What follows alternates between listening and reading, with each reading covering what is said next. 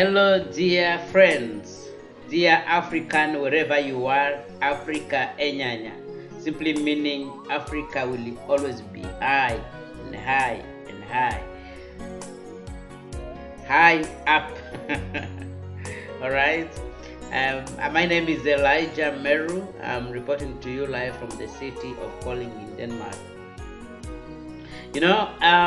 I wanted us to talk a little bit about just an introduction about economical freedom for Africans.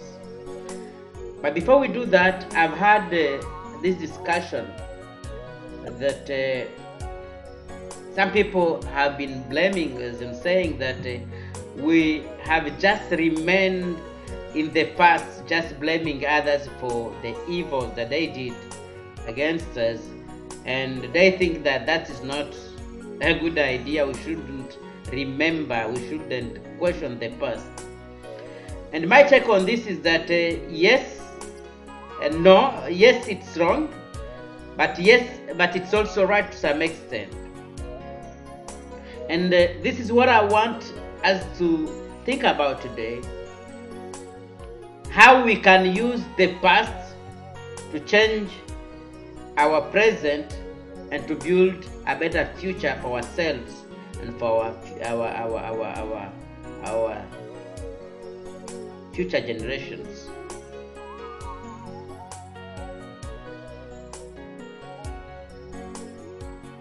Is it really bad to remember some bad history or good history about us?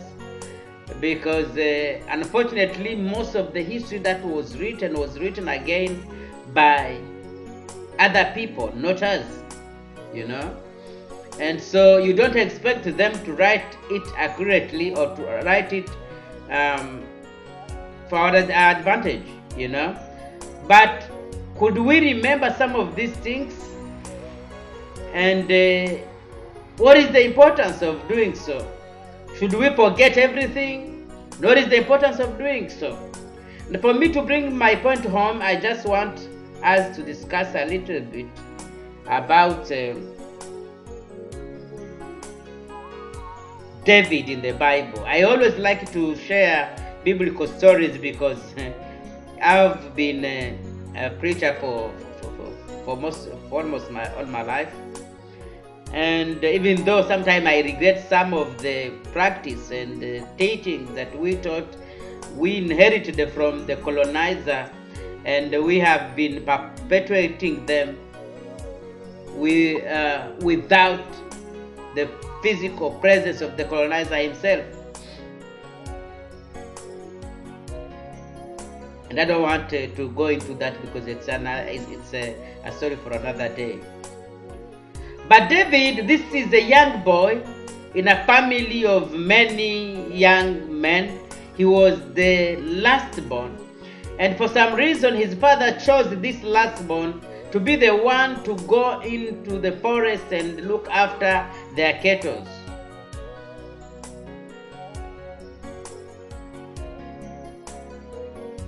I don't know what motivated his father to do so, because I think this was the youngest of the family, and being the youngest, he was the most vulnerable, and being the most vulnerable, he should have been protected and not to be sent in the forest for that matter. But sometimes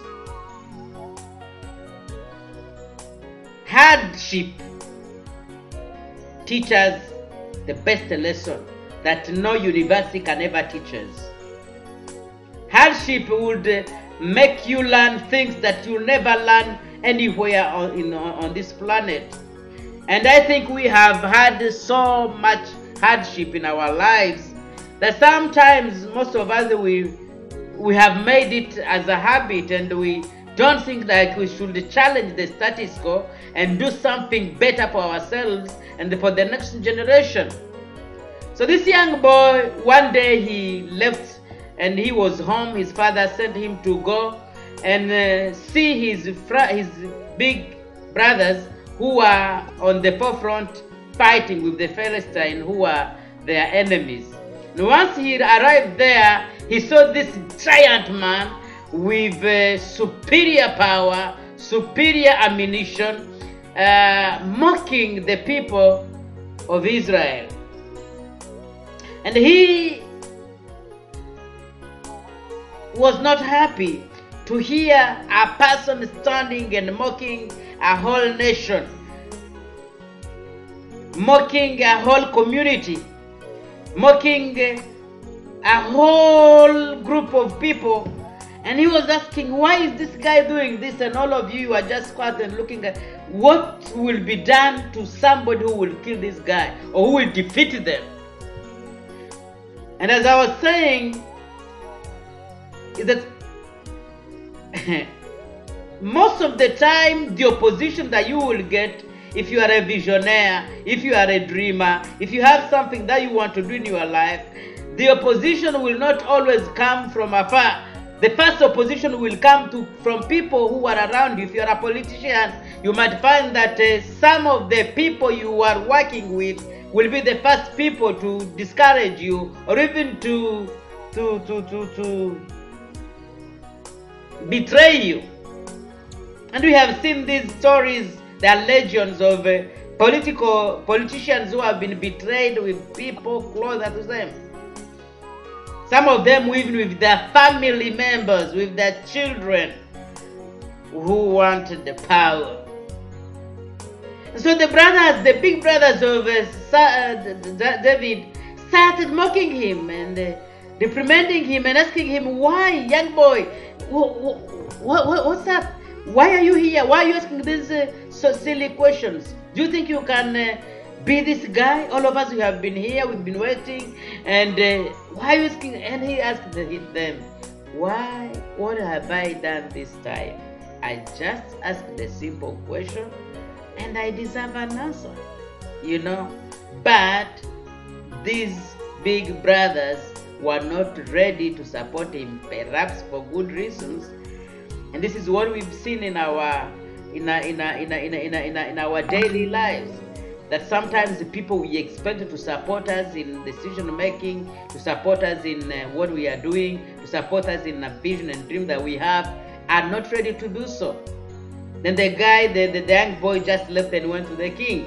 And to the king, sir, I've been out there and I saw somebody really mocking us, and I wanted to know, somebody who will kill that guy, what will be done to him? Again, the king, who was supposed to support this guy, was the second in line to discourage him, showing him how that guy is powerful, showing him how those enemies are superior technologically, how they are superior intellectually, how they have many soldiers than they do have. And he said all the things that he could have said to discourage this boy, but the boy didn't hear none of this because he was determined to do something for himself. Determination is very important. While others boast about the ammunition that they have, the mind that they have, and all things, sometimes what it requires is just a determination. And he said, sir, I was looking after the cattle of my father in that big forest. And one day a bear came and it wanted to kill some of the cattle of my father, and I fought it and I defeated it and I killed it and I saved what belongs to me. And the second time the lion came, I did the same. And he said, that God who gave me the strength of defeating those wild animals can give me the same victory over that uncircumcised Philistine. And then the king started preparing her, advising him on the kind of ammunition he could take, the same ammunition that those enemies are using. And that's why I've been telling people, because on the continent of Africa we have not shortage firearms. Firearms, I think they are even more on the continent than they are here where they are made in the first place. And how had that resolved any problem?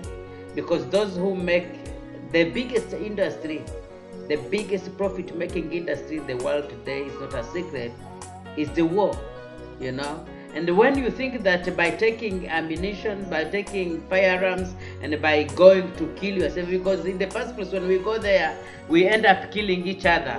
When you hear what is happening in the northern of Africa, in the west part of Africa, West Africa over there, in Central Africa and other places, who are being killed. We are killing each other for no reason, because they give you those firearms, they give the opposite side, and then they tell you to fight. And while you are fighting, somebody is just down there plundering and taking what belongs to you, and before you know it, you have nothing, you know. And so David used his past experience to build and the future today, to be able to fight today so as to have a better future, or to impact positively his future and the future of his children. Because he knew, if I defeat that guy, my life will never be the same again. Of course, I will not be going again to look after the cattle of my father. In fact, I'll be given the daughter of the king, and a possibility of myself to be a king, and my children to be from the royal family anyway. And that's what he did. And he defeated that enemy. And by defeating that enemy, so what happened was that, of course, it came up with also some challenges, but at the end of the day, he became king of Israel. Okay? Was it not for that bold decision that he took? Was it not for building on that experience of yesterday, of the hardship that he had yesterday, of the challenge that he passed through yesterday? He took it positively. He looked at what worked by that time and used it for his advantage today, and defeated the enemy. That's what I'm thinking. That for 400 years and plus, we were taken into slavery into other people's land without our consent. We were taken there. Some of us died, some of us survived, and even where we went for many years, we were not looked at as a human being. We didn't have even a right to go to school. We didn't have right to vote. We didn't have so many things. But people fought, and they defeated this, and the slavery ended. Whether it ended completely, that's a story for another day. And when that ended, people came on our continent. They colonized us on our own continent. They made us slaves on our own continent, you know. But we defeated them as well, and we got the political independence. When there were the European wars here, which they called the World War, we came here, we fought alongside the Europeans, and we fought and we defeated the enemies, and we came as victorious and heroes, you know, even though in their book histories they never show us that anyway.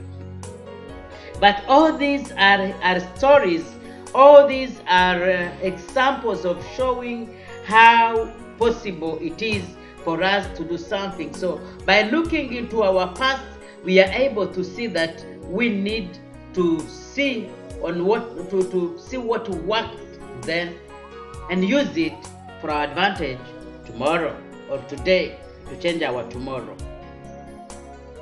Now today we have people like Malema in South Africa, who is a champion talking about the freedom, and he is with his EFF, the economical freedom fighter, you know.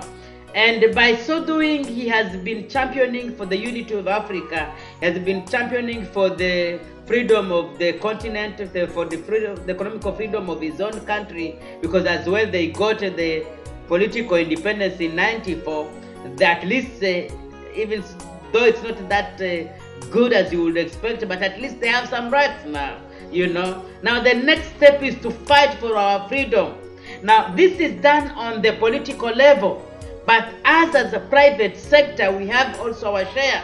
As the Davids, because the Malemas here are part of the King Saul, you know. King Saul, who was a king who had some power. He might not have that power, but being in politics, he has a possibility of influencing the policy makers. But even when the policies are made, we still need to have somebody to stand and say, we must change our fate. We must change our situation, because we must change our economical situation. Unless we change our economical situation, nothing will ever change. We will remain underdogs. We will remain dominated. We will remain the way we are today. The only way we can be free is by claiming our economical freedom. When the politicians are doing what they have to do, us on our part, we need to do what we need to do. Magufuli in Tanzania, for example, has been championing this, and he has challenged even these multinational companies. While people thought that nobody can challenge them and survive, he has done it. He's almost at the end of his first term as the president of Tanzania, and he stopped all these bad deals which were there. These people who are coming and plundering and taking everything from our continent, and on the other hand coming with some handouts while they've taken everything from us. He stopped all of them. He stopped the extraction of some minerals in his countries, and as a result now he has built some modern railways, electrical railways. He has revived the country's he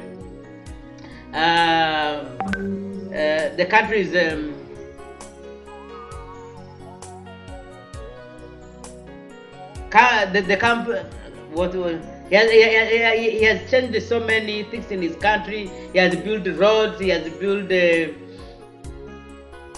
so many things in his country using that money that otherwise could have been plundered by the enemies of the continent. That is when he built the railways, when he built he revived the what is it? I'm forgetting it. The country's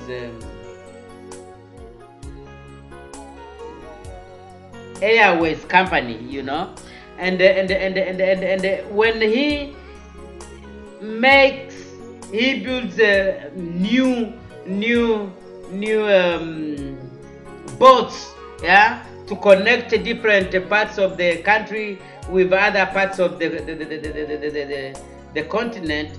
And when he did all these things, I think the list of big achievement that he has done for only 4 years are about 16 big things that he has done, including those railways I'm talking about, including the roads, including the revival of their airway company, and